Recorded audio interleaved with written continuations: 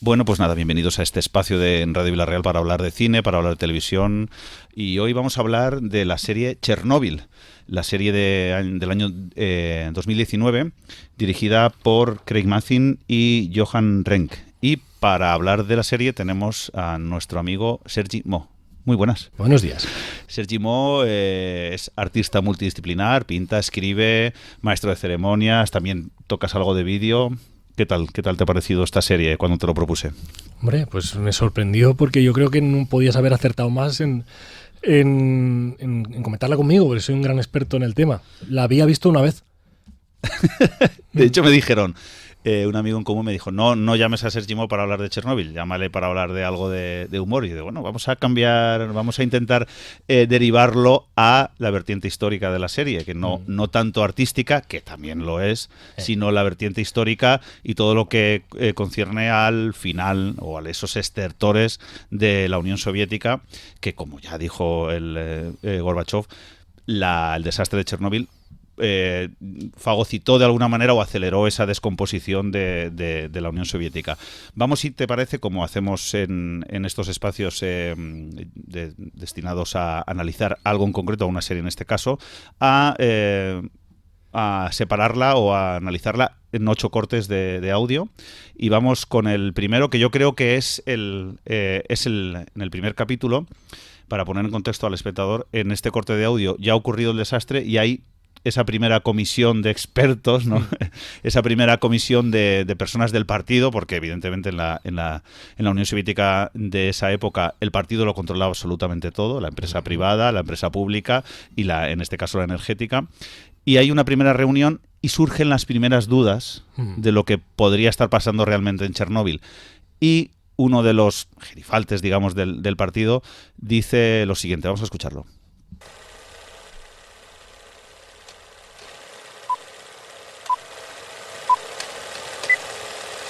Me pregunto cuántos conocen el verdadero nombre de esto.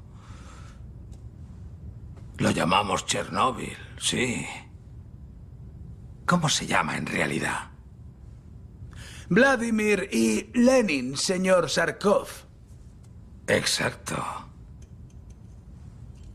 Vladimir y Lenin. Esta noche estaría orgulloso de ustedes. Sobre todo de usted, joven. Y de su pasión por su pueblo. ¿No es ese el único propósito del aparato del Estado? A veces lo olvidamos. Y nos dejamos llevar por el miedo. Pero nuestra fe en el socialismo soviético siempre será recompensada. Si el Estado nos dice que la situación no es peligrosa, tengan fe, camaradas. Lo que quiere el Estado es evitar el pánico. Lean entre líneas. Y que dejen los asuntos de Estado al Estado. Sellemos la ciudad. Que nadie salga. Corten los teléfonos. Contengan la propagación de desinformación. Y así evitaremos que el pueblo eche por tierra su trabajo. Bueno, pues ahí está, ¿no? Básicamente, bueno, censura, confíen en el partido lo solucionará todo. Y bueno, yo creo que refleja un poco lo que era la Unión Soviética en sus últimos, ya no en sus últimos momentos, sino la forma de trabajar de la Unión Soviética, ¿no? Una cosa, ¿podemos seguir la sesión así? Así, no, es que esta gente fumaba mucho, ¿no? ¿Te has dado cuenta, no? Que están continuamente fumando. No veas la de... Están continuamente fumando. Sí, sí, sí. Y en esta sala hay como esta sala de este primer comité de expertos, que es la primera gran cagada, ¿no? La primera... después de tantas otras, ¿no? Es que es una sala del comité de expertos en la que no hay ningún experto. Exacto. Que es cojonudo, porque ahí empiezas, si ya el sin Dios ya estaba liado, porque ya había pegado el pedo, ya estaba todo, vamos, destrozado. Pero es que luego el primer comité que tiene que intentar buscar algún tipo de solución, no hay nadie competente. Y cuando piensas que dices, se levanta este señor, que es un señor que es un señor que tendrá 250 años, que a lo Exacto. mejor tenía 60, pero tenía 250 años por lo menos, y pega allí en el suelo, allí con un garrote, y dice, venga, con un bastón, escucharme, que aquí voy a hablar. Y lo único que dice es, aquí están mis pelotas. Sí, sí, sí. No dice nada más, no aporta ninguna mínima solución. Y mientras tanto, estaba vertiendo a la atmósfera, pues del orden de entre 40 y 70, una horquilla bien, como ves, bien centrada, porque se nota la experiencia que tengo yo y el conocimiento que tengo yo de la energía atómica. Más de 40 bombas atómicas Exacto. de Hiroshima se estaban vertiendo a la atmósfera en ese momento. Pero lo importante era que nadie tachase de alguna manera, ¿no?, el comportamiento del aparato del partido. Cuando decimos lo de aparato del partido, a mí no se me va de la cabeza que están produciendo una serie sobre Nacho Vidal. Que es algo que, bueno... Ahí está el subconsciente haciendo esos maravillosos vericuetos, ¿no? Era el 26 de abril de 1986 en la ciudad de Pripyat. 4 añitos tenía yo. Sí, una ciudad hecha ad hoc para albergar a la gente que trabajaba en la central. Es una ciudad que, para que se hagan una idea, está en Ucrania, en el Oblast o la provincia de Kiev, pero está realmente tocando Bielorrusia. Sí. ¿Vale? Fue a la 1:23 y 45 segundos cuando explotó la central nuclear, cuando explotó el núcleo, que es lo que realmente es lo que genera lo que hablábamos como si fuera una bomba, lo que genera toda la radiación descontrolada. Y fíjate que esas personas que estaban, o que en el momento de la explosión se fueron a un puente a verla, esas personas fueron las que primero fallecieron, Sí. ¿no? Y de hecho hay una cifra que creo que la Unión Soviética, ya después Rusia, solo reconoce como 31 fallecidos, y al final, claro, es una cosa como quién cuenta qué, ¿no? Claro. Pripyat, para que se hagan una idea los oyentes, era como el marinador de Chernóbil. Era una cosa que se había construido al lado, pegadita, y era para albergar a toda la gente que trabajaba en la central y todo lo que movía la central. Y claro, pues es normal. Fíjate que la explosión, cuando aquello salta todo por los aires, era tal la cantidad de radiación que el aire se volvió incandescente. Ahí había un halo de luz brutal, como cuando pones el foco de Batman, pero para lo Sí. bestia. Estabas llamando a los aliens, lo menos. Claro, la gente es normal. En pleno desconocimiento, Claro. se acercaron a un puente porque desde allí había una buena visibilidad. Estaban a 3 kilómetros, 4 Sí, kilómetros. entre 3 y 5. En la serie me gusta mucho porque, claro, estamos hablando de una serie de terror total, porque es de terror. para mí el gran éxito de la serie es que es capaz de transmitirte esas sensaciones que se debieron vivir allí, con una crudeza total. Y claro, aquí estamos hablando de que no tienes un perturbado que se viste de su madre y te aparece con un cuchillo detrás de la cortina. No podemos ver a nadie, no podemos ver a un psicópata, no podemos ver a nada tangible que nos produzca ese terror. Pero ¿de qué manera nos lo transmiten? Por ejemplo, en el momento del puente es cojonudo como te sacan unas particulitas. Sí. Que realmente no se verían, pero como un polvito que jugando con la iluminación estás viendo cómo les está llegando a la gente. Y ellos, pues, como si fuera nieve, ¿no? Como si fuera... Los niños jugando. Y desde el pleno y absoluto desconocimiento, y desde el principio en el que no pasa nada. Porque desde el minuto 1 están negando que el núcleo ha explotado. Sí, Y de supuesto. hecho, ese personaje es Anatoly Dyatlov. Sí. Cuando llega al juicio final, del que los juzgan a todos, él sigue diciendo que no ha explotado, o sea, sigue manteniendo que no ha explotado en su mente. Pero esto es una sucesión de errores, y y esta sucesión de errores sucede porque en el siguiente corte, se lo voy a explicar, en el siguiente corte, el ministro de Industria viaja con un asesor que han contratado rápidamente, viaja a Chernóbil para ver qué está pasando. Y durante el trayecto en helicóptero, el ministro de Industria le pide al asesor que le explique cómo funciona un reactor. Háganse una idea de cómo funciona la política y cómo funcionaba en la Unión Soviética. Vamos a ver con el corte. ¿Cómo funciona un reactor? ¿Qué? La pregunta es sencilla. Pero la respuesta no. Claro, cree que soy demasiado estúpido para entenderlo. Como quiera. Dígame cómo funciona un reactor o haré que mis hombres lo tiren del helicóptero.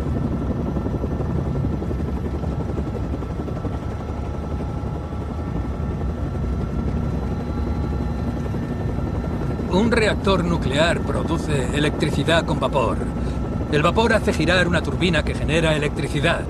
Las centrales comunes producen vapor quemando carbón. Las nucleares, en cambio...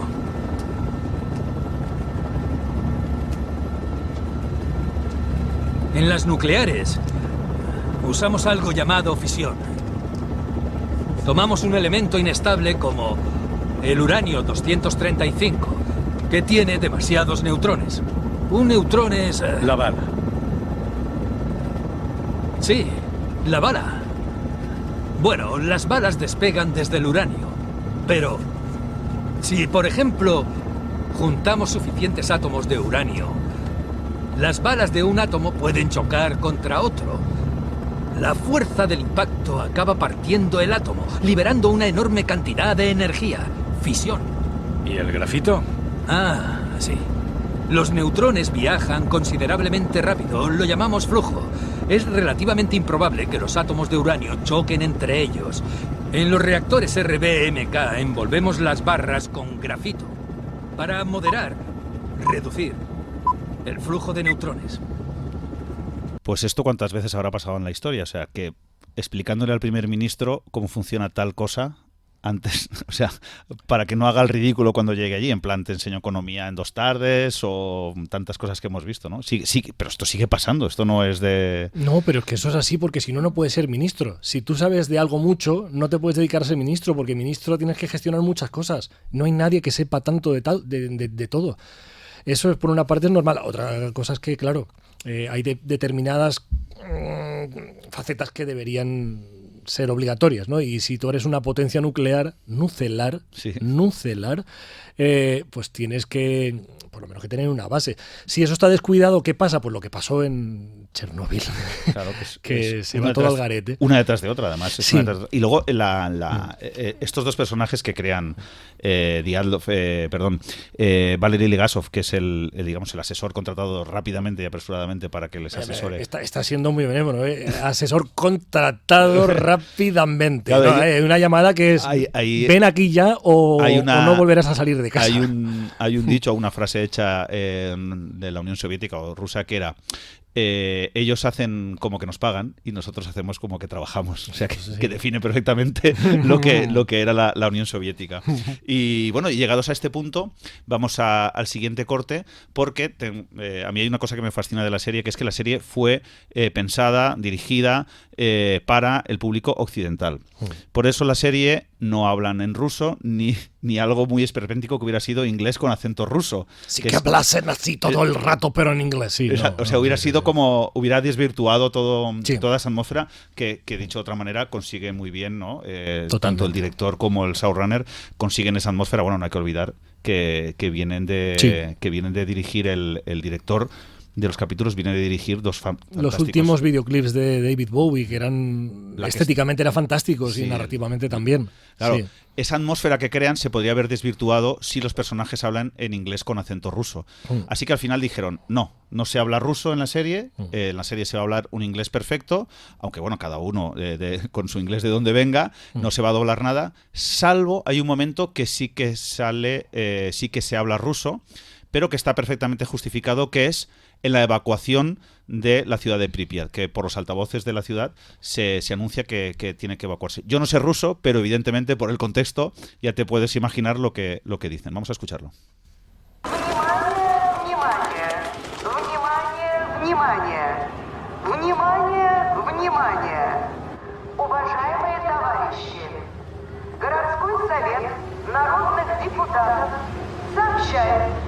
Что в связи с аварией на Чернобыльской атомной электростанции в городе Припяти складывается неблагоприятная радиационная обстановка. Партийными и советскими органами, воинскими частями принимаются... Sería que no gustó a los rusos. No sé si lo sabes. Hombre, no, claro, es que yo creo que uno de los motivos y uno de los aciertos de rodarla en inglés, más allá de que va dirigida al público occidental, o de europeo y americano, es que no había también... No hay huevos. Si la pones en ruso hubiese sido una afronta directa a Rusia. ya era bastante así, pero así como que se suavizaba un poquito. Por cierto, qué maravilloso hubiese sido que nos hubiesen colado realmente que lo que estaba diciendo esta señora ahí en esa grabación, que no fuese realmente el aviso, sino que fuese el chatarrero, por ejemplo, en Moscú. Hubiese sido maravilloso porque hubiese colado, pero no.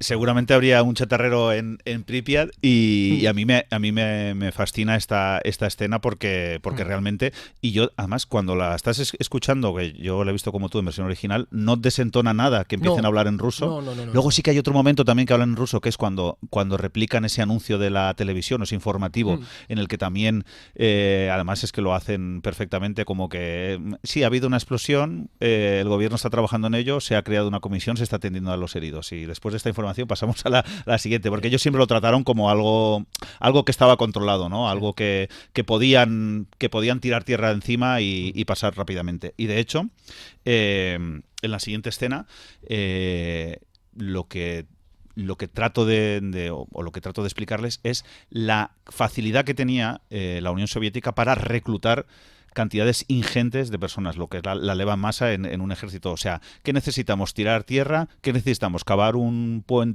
túnel por abajo para que no caiga? Está todo pagado. Exacto. Vamos a escuchar qué capacidad tenía el Estado para reclutar a cantidades de personas casi incalculables. O sea, no nos podemos hacer una idea, decía, pues 1.000, 2.000, 3.000. En esta escena viene perfectamente reflejado. ¿Quién está al mando? Soy el jefe de la brigada. Soy Shadov, ministro de la industria carbonera. Sabemos quién eres.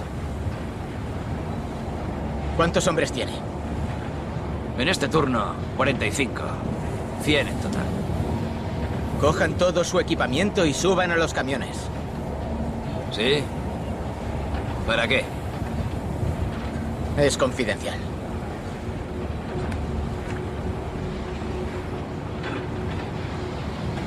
Adelante. Disparad. No tenéis balas para todos. Matad a los que podáis, los que queden. Os matarán a hostias. ¡No puedes hablarnos así! ¡Cierra la puta boca! Esto es Tula. Es nuestra mina. No nos iremos sin saber por qué.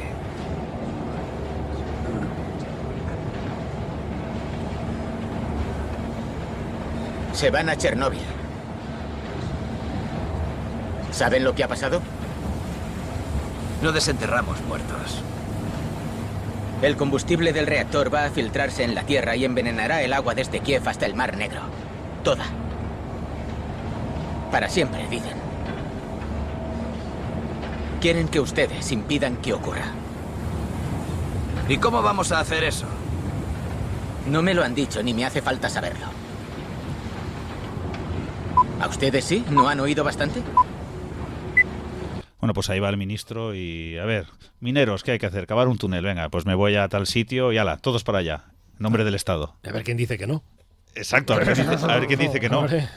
Sí, claro. Además era un Estado que, bueno, Stalin ya digamos, acuñó o le dio el marchamo de estado de terror, ¿no? O sea, que o cumples o te pasamos por... Sí, Stalin siempre salía a la palestra y decía, está todo claro, ok, y al que diga que no... Y en fin, eso es lo que son los estados autoritarios, es así. El estado de la cuestión en un estado autoritario siempre es el estado de... sácame del bucle, por favor. Pues te saco del bucle porque ¿qué pasó cuando llegó Gorbachov? Que Gorbachov se negó a aplicar este tipo de... Tenía una peca en la frente. Todo el mundo pensábamos... Que era algo, ¿no? Que significaba algo, ¿no? Que quería decir algo. Pues Gorbachov se negó a aplicar esta política de terror, de represalias y tal. Entonces, ¿qué pasó? Pues que la Unión Soviética se fue al garete. Porque era una cosa era de... un flojo. Era un flojo, ¿no? Era un flojeras. Además era un tío que no bebía, no sé, siempre lo vieron como... para el tema de las libertades y tal, muy bien, el tema del buenismo y tal, pero para la continuidad del Estado soviético fue un fracaso. Un aguafiestas, ya está. Un aguafiestas. Un aguafiestas. Vamos ahora a algo más serio, ¿no? De hecho, Putin trabajaba en el KGB, ¿te suena Putin, no? De algo.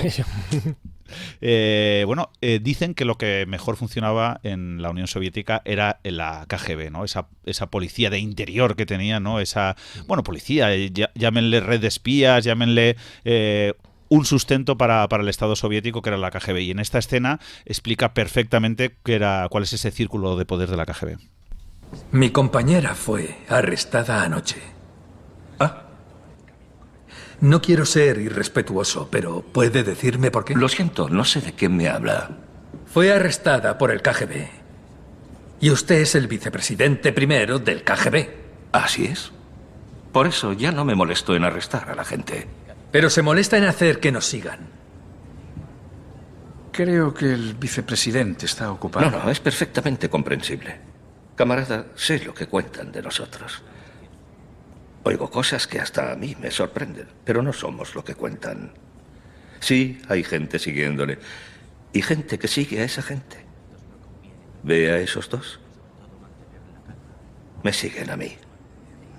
El KGB es un círculo de responsabilidades. Nada más. Sabe lo que estamos haciendo. ¿No confía en nosotros? Claro que confío. Pero ya conoce el proverbio ruso. Confíe, pero compruebe. Esa gente que sigue a otra gente. Eso siempre es divertísimo, pensar que hay gente que sigue a esa gente, que hay gente que sigue, y es un bucle infinito y al final se están siguiendo todos a todos. Sí, y cuánto funcionario, ¿no? Cuánta nómina, ¿no?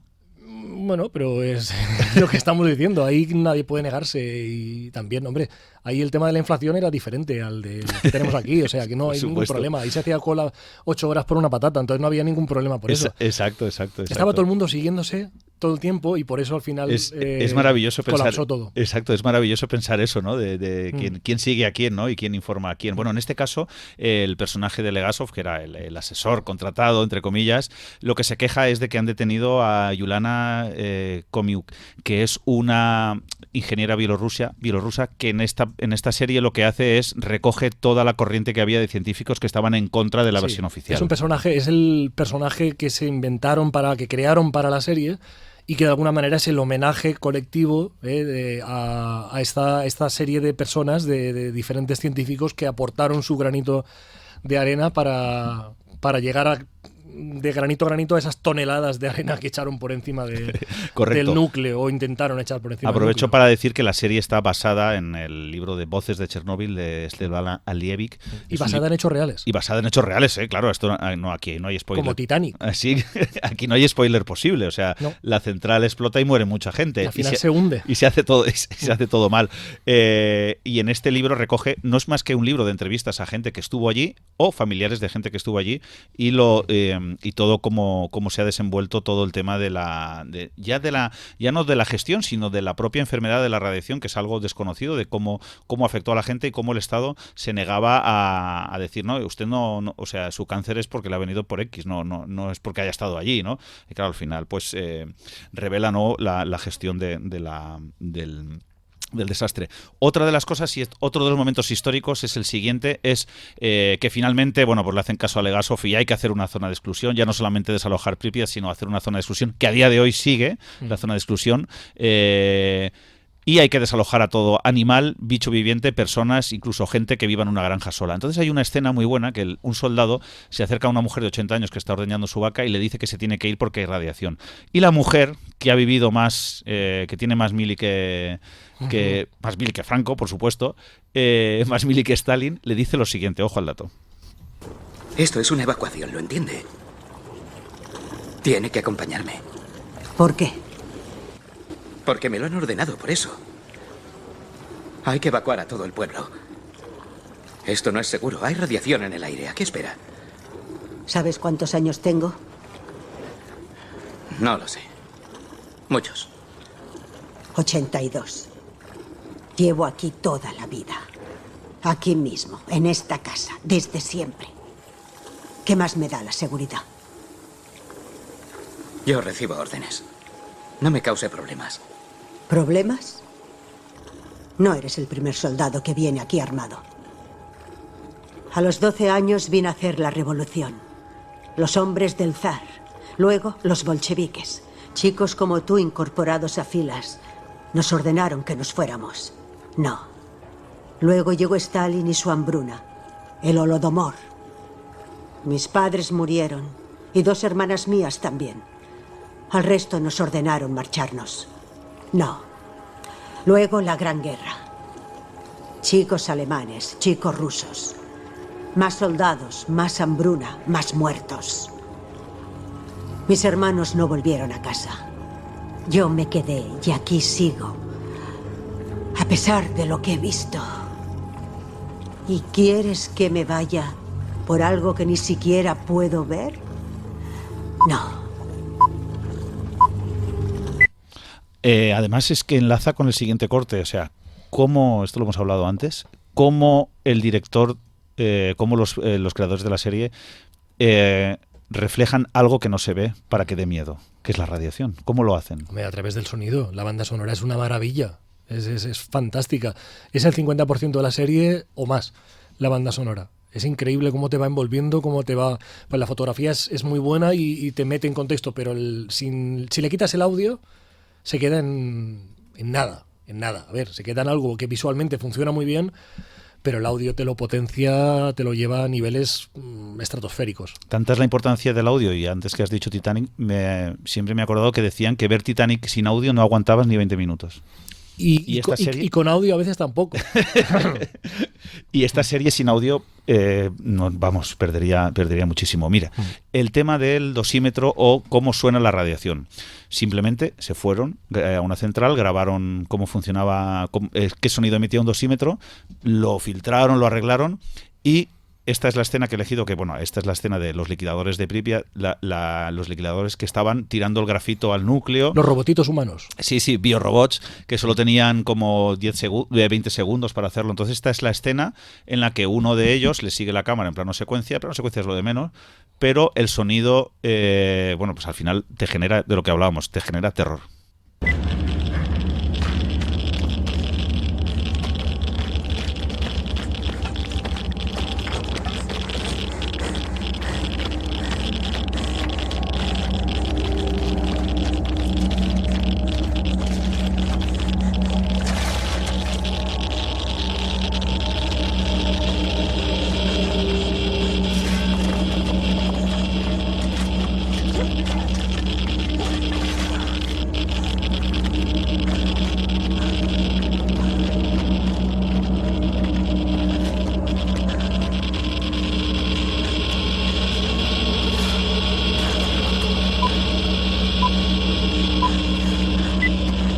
Ahí estaba ese plano por favor, secuencia. Que alguien haya puesto la radio justo en este momento. Sí, habrán. Por favor. Si no, llega de casa con la compra, pongo la radio y digo, y dirá, ¿qué está pasando? ¡Ostras! Se tira por la ventana. Además, como estamos en un nivel de alerta constante, ¿no? Como siempre está pasando algo que va, o el núcleo de la Tierra se para, o viene X cosa, claro, como diciendo, ¿qué está pasando, no? Pues, oye, es la primera vez que nos toca mutilar un corte porque nos hemos agotado todo el tiempo, así que yo te llamaré otra vez para algo que no hayas visto o que solo hayas visto una vez. Sí, no, las que quieras, claro que sí.